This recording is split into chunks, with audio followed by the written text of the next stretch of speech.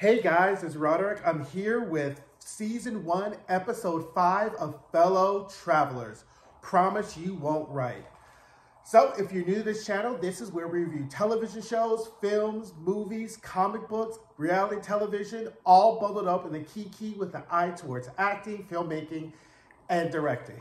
So let's just get right into it, because I'm not going to lie to you, this episode left me feeling all some sort of way, right? Like, I was just going up, I was going down, I was going around and around through this episode because I was 1000% in my feelings. I think that this was probably the most well-acted episode I've seen. They did something really great with the music, which I'll get to, that kind of really just added and heightened the tension as if you didn't really need any. I mean, for all the ways in which I'm going to read some of these characters from filth, this is probably one of my favorite episodes because I was so enthralled, so invested, so mad, so angry, so annoyed, so disgusted that I was like, the only way I can really go through these emotions is if the characters are actually really convincing me that they're living under imaginary circumstances. And one of the things they do really well in this show that shows that the actors, you know, Matt Bomer and Jonathan Bailey really do well is they know how to hold a pregnant pause. Like, one of the things kind of new actors do is, like, when they get their lines, they kind of run through their lines. They don't know how to ingest it. They don't know how to live it. They're not really responding in the moment to their partner, to their scene partner. And one of the things that Matt and Jonathan do really, really well is that they're just so in sync with each other. Not just their whole beings are so in sync, and every episode is just magic to watch. I thought this was one of the best acted episodes in this entire series. So let's get to it. We got a lot to cover, and nobody's going to go unscathed in this whole episode because I got lots of things to say. So we get to flash forward to 1982. Remember that Tim has been rushed to the hospital. Hawk shows up at the hospital. He sees the restricted area. Now, this is obviously the area in 1982 where they're holding the AIDS patients. And he sees, like, Tim is convulsing, and it's just so sad. And then they start to play the music. And the music is very reminiscent of Philip Glass. I don't know if you've ever watched The Hours or Notes on a Scandal. That composer who does that soundtrack is one of my favorite composers. At first, I was like, is this Philip Glass? But actually, it's Paul Leonard Morgan. Go to Spotify. If you look up Fellow Travelers on Spotify, you'll see the soundtrack. It is fantastic. And you really see how they use this music to really build up the tension and really the sadness and the foreshadowing of what's going to happen in Hawk and Tim's relationship. And it just, took my breath away, right? So now we get a flashback to the 50s, and Hawk is walking down this cruisy alley. I mean, people just all in the alley, just getting their business, getting their sex on, whatever. And he's like, says to the bartender, Leonard Smith is on a bender. Please look out for him.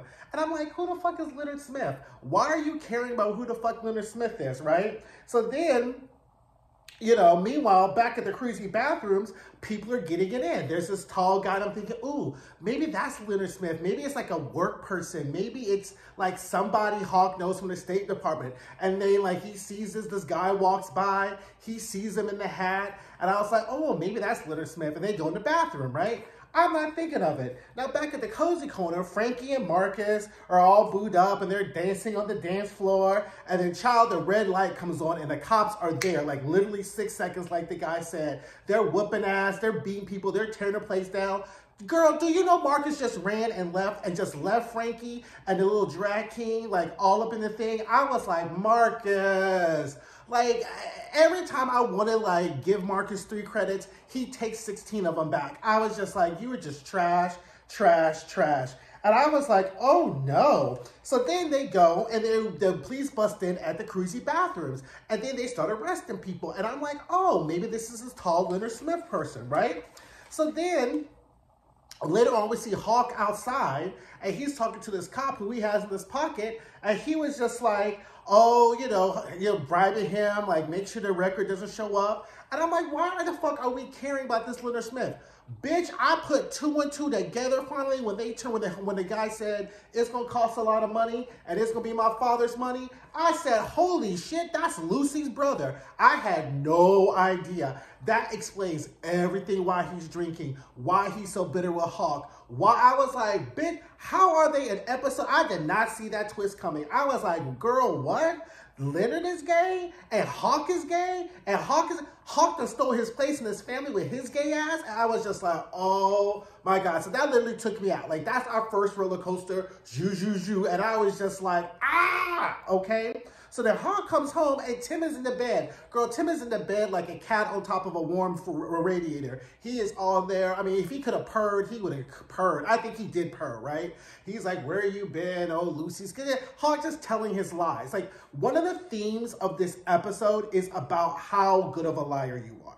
And the people who are not good at lies are the people who get caught, right? Whereas people who are really good at lies, they end up going unscathed or marginally penalized, right? So that is really one of the themes of this episode I thought was very poignant and very carried through, is the fact that lying is sometimes not just for survival. People lie for fun. People lie to themselves. And every character in this episode is telling some sort of lie, right? Whether it's to themselves or to the people that they love. And I thought that was something that was really good. And so and I was sitting here and Tim is just in bliss. And I was like, girl, okay, Tim, catch your bliss, whatever. It's 5. Hawk did the roll until 5 o'clock time he held to help Lucy. And then I'm like, Tim, you know he ain't helping Lucy with no motherfucking car at 5 o'clock when she has a whole ass father and AAA probably was still around then. But Tim lies to himself because it's okay as long as he gets to be with Hawk, right? Now, Senator Smith is leading the inquiry because, as you know, the Army has brought charges against Roy Cohn and McCarthy for using their influence to get David Shine his little special treatment, right? So Marcus is at the post, Tim is there, Cohn is grilling like the committee, and then the committee is just clocking Cohn's tea like, oh, do you spend time with David Shine? Do y'all go out together or whatever? And Cohn says that later on after the whole thing, Cohn's in his office with Shine, and he's like, look, Smith ain't gonna be a problem. Don't you worry about it. Shine is just really pissed. And then literally, so there's this thing where Shine is like, Roy Cohn is at his thing and he's like holding his hand up to this picture. And I was like, girl, are you that obsessed with this boy? Like, does he just has like magical penis? Why are you sitting here obsessing over this picture? So Tim walks in and sees him, but doesn't say anything. Then he knocks and it's like, hi, Senator McCarthy wants to see you. And then Roy Cohn was like, well, how long were you standing there? He's like, oh, not long. So then Hawk is at Senator Smith's house, and bitch, the senators are using Leonard's arrest to blackmail Senator Smith and says that Senator Smith has to back McCarthy and he has to resign, right? And I'm just like, oh my God, poor Leonard. And Hawk is like, it'll be expensive. And Senator Smith is like, it's worth it. And then on top of this, now Hawk's closeted gay ass is sitting here then going to suggest that they send Leonard to a gay conversion camp. I was like, if that ain't some motherfucking shit, right? How is your gay ass going to send literally the son of the man whose place that you have replaced, you're going to send him to gay conversion therapy? Why didn't you just say, have him go to France? He could have gone anywhere in the world. He could have gone to Australia. He could have gone to Venezuela. He could have gone to Newfoundland. But no, the solution is gay conversion therapy? Hawk ain't shit. Like, this whole episode, I was looking at Hawk like, you're trash. I was just like, you're so, so trash. Now, mind you, Lucy is outside smoking because she was in the room when the whole thing was said, and so she's beside herself. I'm like, bitch, if you think you beside yourself now, wait till the news breaks about the man you about to marry and about to have these kids with and grandkids with his gay ass. But whatever, right? So this is another scene where I talk about the actors kind of taking that pause, right? So Lucy tells this story about these two men she met in Madrid who were traveling companions and they're having dinner. And at one point, the man puts his hand on his companion's hand. And then Lucy's like, then all of a sudden, I saw this look. And I realized I've seen that look before. And I was like, ooh, girl, you about to be smarter than I gave you credit for. She's like, no, I saw it in Leonard. It's shame. And I was like, ooh, such a good shade. Such a good scene, right? Because Leonard has, because she sees Leonard's hidden shame, but she don't see no shame in Hawk because Hawk has no shame in his game. He's just it's just a shameful, selfish, just self-hating asshole, right? So I was just like, girl, just wait. The gimme gotcha is going to get you in a second, so whatever.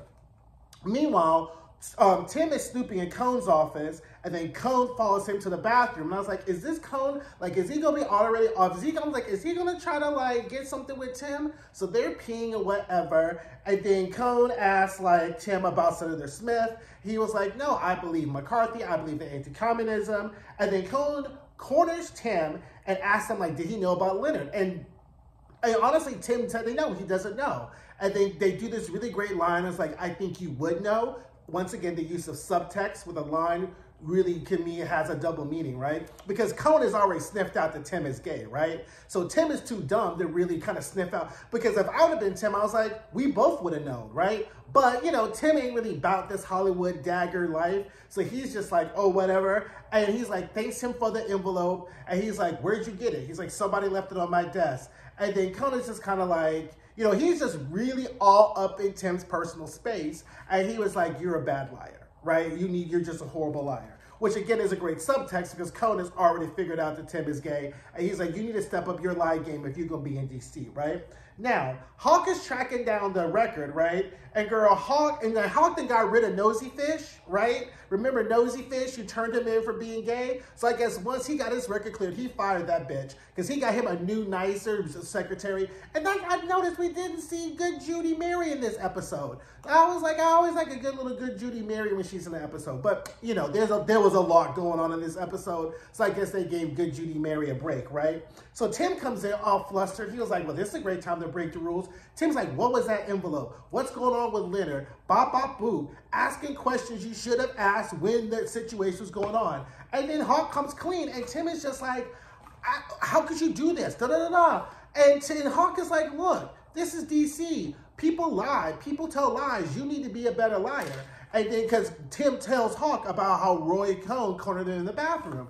And he was like, look, you need to be a better liar. And then Tim was like, you know what? Roy Cohn said that to me earlier yesterday, right?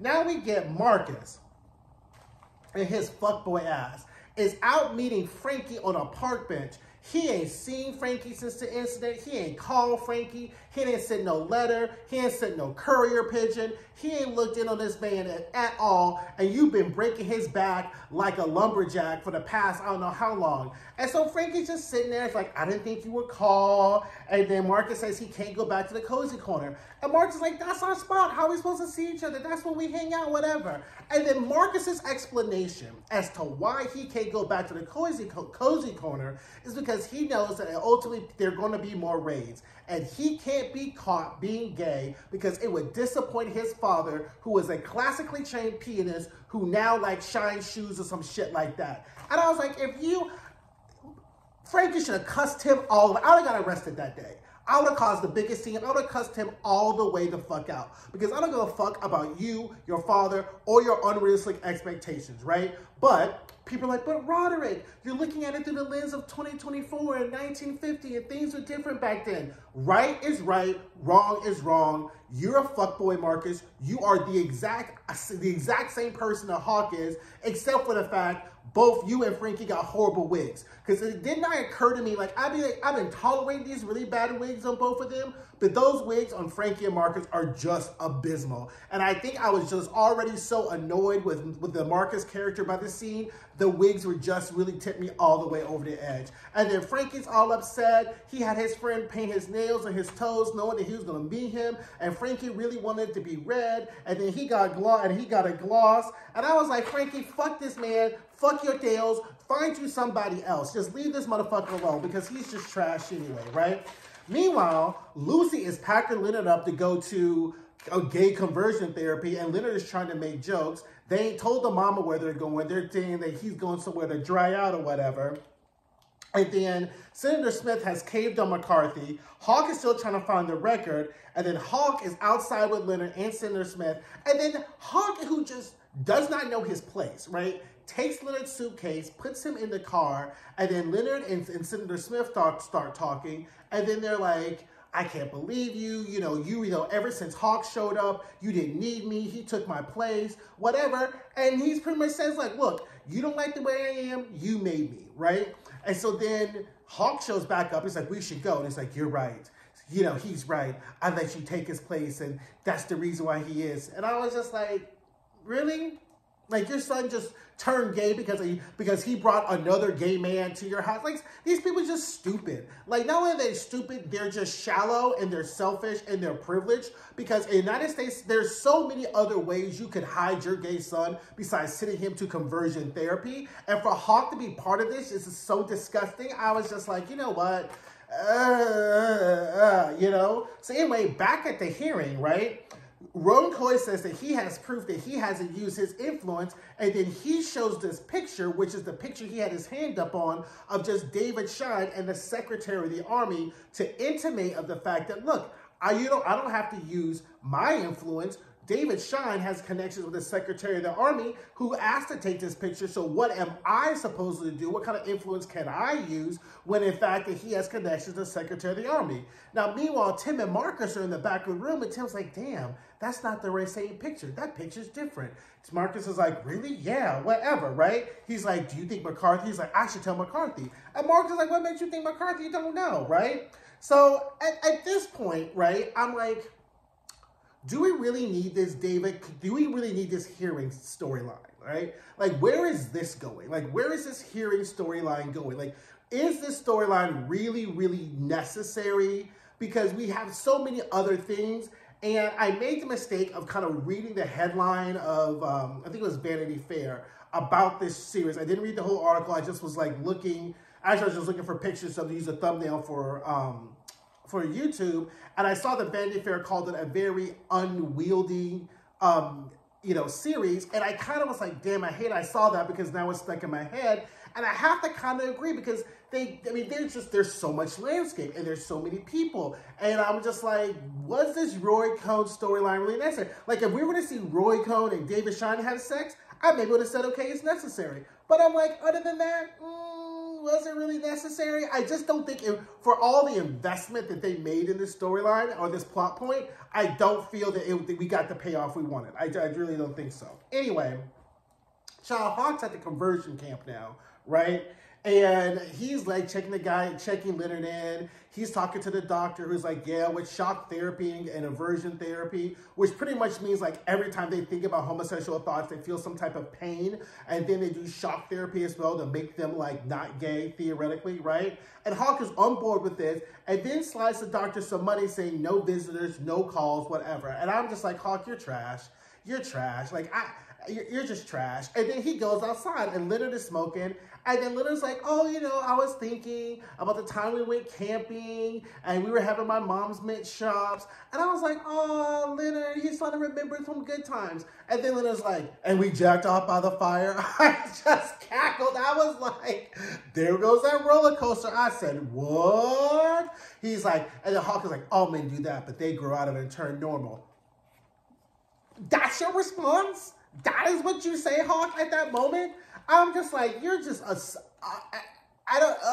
so then Leonard is like, you know, so at this point, Leonard is putting 1 + 1 + 1 together. It's like, I should tell my father about you. And then Hawk has to be like, well, what you gonna tell him? He's like, he wouldn't believe you anyway. And I was like, oh, poor Leonard. So the people in the white jackets come and they take Leonard. And I was just like, you know what, Hawk, you're just trash. Meanwhile, Dragon Lady is pissed off with Senator McCarthy because she's like, I told you a long time ago to ditch Roy Cohn and get rid of this whole David Shine business. Why are you still sticking with them? And then McCarthy's like, men from Wisconsin don't turn their backs on their friends. And she's like, what do they got on you? What do they have on you? And then she's like, so then that's when he says, men from Wisconsin don't turn their back on their friends. So then she reads him for filth and says, well, men from Wisconsin would know how to get their wives pregnant. And I was like, oh, girl. And this kind of makes me mad, right? Because they did such this setup and they invested an entire episode on episode 2 about Hawk getting this blackmail on McCarthy, but yet we don't see the blackmail being used on McCarthy. Like, that's such an, again, not a payoff for the storyline, right? Like, I would have rather them, Roy Cohn, go see McCarthy, show the pictures, the subtext or whatever, as opposed to just imply that somehow Roy Cohn showed the pictures of McCarthy and that's why McCarthy's still on the side. I was just like, okay. And then here comes Tim, who Tim has just been out of place. Like, he's just been every other place he don't need to be. Like, he needs to be in his business, but he has not been in his business. He's been, you know, Captain Save-A-Ho in somebody else's business. So he knocks on McCarthy's door. He brings up the photograph and how it's been altered. And McCarthy pretty much tells him, look, if I gotta lie about a photograph to stay in power, that's what I'm gonna do. Because before, I was the worst senator, you know, in Congress. And then when I started telling people that there were 205 communists in the State Department, and these old white people in Wheeling, West Virginia believe me, I'm willing to do what I gotta do. So what the fuck do you want me to do about a motherfucking photograph, Tim? So at this point, Tim has caught like 17 L's, 15 of them from Hawk, 1 from Cohn, 1 from McCarthy, and he just goes back to his desk. And I was like, Tim Child, like, just leave. Just find you another job, right? Because this Washington shit just really ain't for you, and you just not cut out for this Washington life, right? Now, Marcus goes to his editor and asks to cover the Senate. That there's some other Aryan-looking bigot in there or whatever who's like making quips about being called black or African-American, no, Negro or black or whatever. And then the editor says he wants him to stay at the city desk and then uses the trope that, you know, good change always comes late. And then Marcus decides to be all Black Panther-y and be like, that's what white people say when they don't want change to happen. And I was like, Marcus, you want to be talking about change when you fucking leaving your whole ass boyfriend in the middle of the street to be assaulted by the police, but yet you trying to do right on this side? Like, sweep around your own back door, Marcus, and then worry about somebody else's, right? Now, as we go back to the hearing, which I was just like, why are we still at this hearing situation? So now we find out that Tim, when he was at his desk, goes to see the lawyer for the Army, has left him his letter. The Army is now at the hearing, and then they show the real photograph, right? And then they like kind of prove, which pretty much eliminates Roy Cohn's argument. They're questioning David Shine about it. He says he doesn't know how the photo got doctored. And I'm just kind of like, why are we really caring, right? Like, I get that this is the payoff of Tim and his whole moral compass and shit, which quite frankly, Tim should have let the motherfucking business by himself. Like, why does it fucking matter, right? You know McCarthy's gay, you know Cohn's gay, you know Cohn's fucking Shine. Why don't you worry about making sure the fuckboy that you have in your bed ain't still fucking you over, right? Instead of trying to be Captain Save-A-Ho and goody-goody and fuck around with shit that you don't care about, right? So anyway, Shine is done with it, right? And he was like, I'm done. I'm leaving. I'm going back to New York. I'm not dealing with this. You and McCarthy are being questioned. I'm not now, right?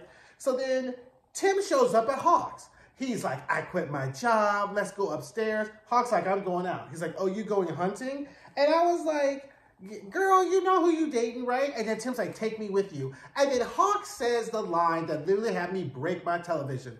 I just should have left you alone. Yeah, you should have left him alone. But no, your fuckboy ass showed up at his house talking about let's go upstairs when you sure as hell knew that you were too much of a fuckboy for this really good Catholic boy. But you followed him up in his room, fucked him like a Bowflex, and then all of a sudden, now that he done caught feelings like the fucking flu, you want to talk about I should have left you alone. And Tim's out here begging and pleading to go with him and doing whatever. And then Hawk's like, well, since you're already begging, let me give you something to beg for. I'm about to ask Lucy to marry me. This is the second time in the episode I would have been in jail because I would have fucking lost my shit on Hawk. Not because it's my fault for falling in love with a fuckboy. Not because it's my fault because I knew that you were dating Lucy Smith, but because you went through the subterfuge and the bliss and the whole make-believe and the kabuki theater, like, wow, like you were really being sweet, like we were really being something, like I really meant something to you, but then all of a sudden you're gonna just do me dirty in the middle of the motherfucking street. You couldn't tell me after you fucked me, you couldn't tell me after dinner, you couldn't tell me after dessert, you gonna tell me on the way to cruising. I was done. I was just like, you know what, Hawk?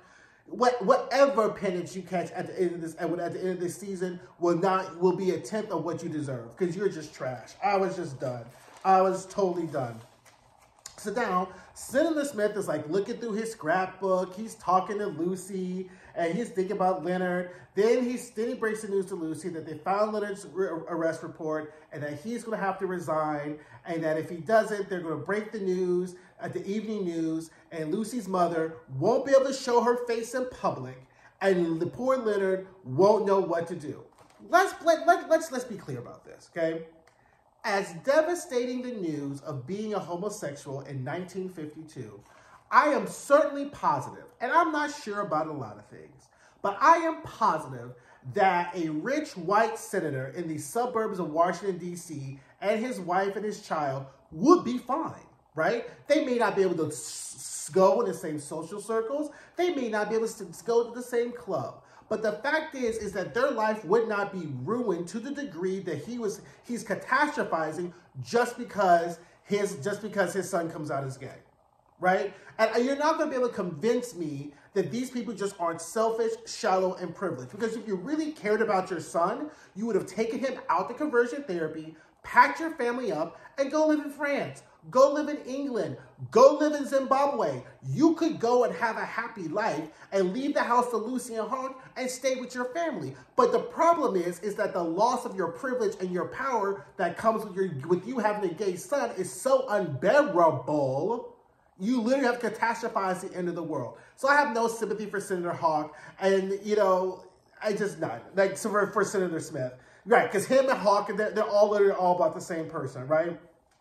So the next morning, Senator Smith shows up at his office, and he's, like, typing out a letter, and then Hawk is putting on his uniform, and then we see a funeral. I was like, oh, child, then Leonard, like, unalive himself. Bitch, Senator Smith has unalived himself as he typed the letter. No cares. There's zero fucks in my bag for this whole thing, right? Lucy and her tears, Hawk in his iron closet. Like, I'm just like, so that is the only way you couldn't even resign. You could have just resigned, right? But no, you would have unalived yourself because of this situation. I was just done. I was just like, you know, the fragility of white people in tough times, I just have no tolerance for. I just couldn't. I just literally couldn't.